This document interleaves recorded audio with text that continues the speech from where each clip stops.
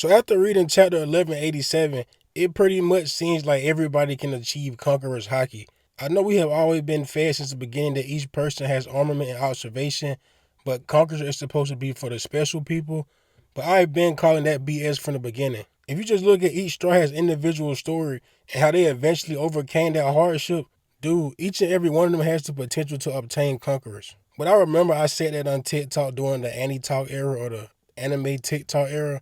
But anyway, when I said that each story could eventually obtain Conqueror's Haki, they were like, nah, blood, Bozo reading Two Piece, good thing, Oda writes the story. I mean, it's kind of funny when you look at it, but you know how TikTok people talk with that brain rot logo? But who would have thought in a million years that Sanji could eventually unlock Conqueror's Haki in elbaf?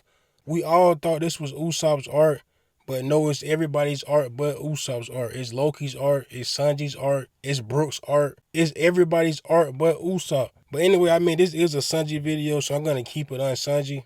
But yeah, I mean, it's still kind of crazy that Sanji, black-led Sanji at that, could eventually obtain Conqueror's Haki. But I mean, it's actually great for the Straw Hats in the long run because they are going to be fighting tougher opponents. You have the Blackbeard Pirates, and there's no telling what type of power they possess. So we look at the scene where Sanji had a flashback talking to Scopper. We see he was remembering what Scopper told him about he has the potential to become a king or obtain Conqueror's Haki, but he had some type of self-torture. Not to meat write or anything, but this is phenomenal writing by Oda. Because if you go back to each art or you go back to certain arts, you can see in each art that Sanji has some type of resentment towards itself. And I believe this is what Scopper is talking about. And we even took a look back during the Thriller Bark art where Kuma showed up, and Kuma wanted to take Luffy, but Zoro intervened and said take him instead. We can never forget, Sanji ran to Zoro and Sanji told Kuma to take him instead. That was a small symbol right there for Sanji's self-resentment. Now in this scene, it may seem like Sanji was being honorable and he was caring for Zoro, but if you really think about it, we didn't know his backstory then, and I believe Sanji wanted it to be took instead because he didn't feel like he had enough value or self-worth.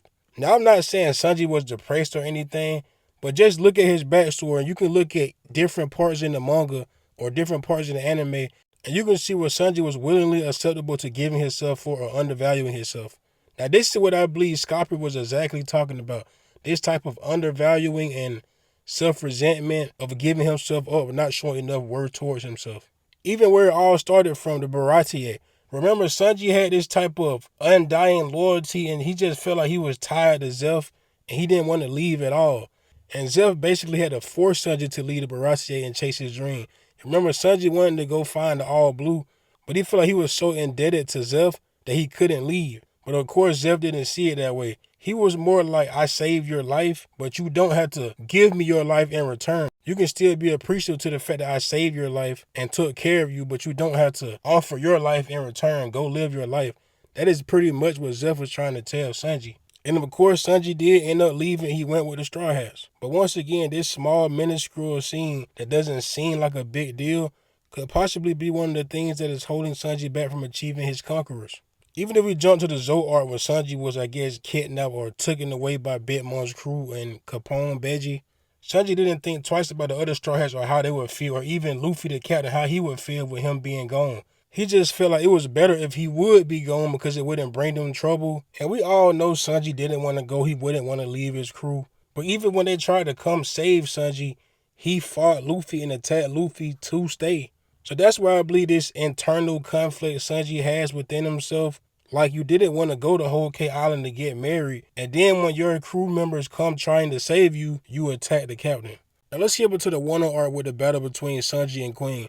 Remember in the scene where Sanji was holding the raid suit can, or the raid suit, and his German genes were starting to activate, and he wondered which version of himself would be better for Luffy to become the Pirate King? We all know Sanji as the chivalrous man, the kind-hearted person, but during this scene, Sanji said Luffy probably didn't need the weak, kind-hearted Sanji, the chivalrous Sanji. He casted that version to the side and called it weak. And it's actually crazy because that makes Sanji strong and makes him who he is. So to cast out that side of you when that's who you are, now this is what I believe Scopper actually meant during the scene. I really believe he was talking about this particular Wano scene, but there's other instances in the manga or the anime where you can look and you can kind of see where Sanji undervaluing himself. But this particular scene in Wano where he was willing to, well, when he said that he wanted to cast away the good side and pick up the aggressive, more evil, mean side to help Luffy, this is what I believe Scopper was talking about. But in the end, if Sanji is able to obtain Conqueror's Haki, this man would be a different type of animal. Imagine him coating his blue flames in Conqueror's Haki. Now this would be a different type of flex.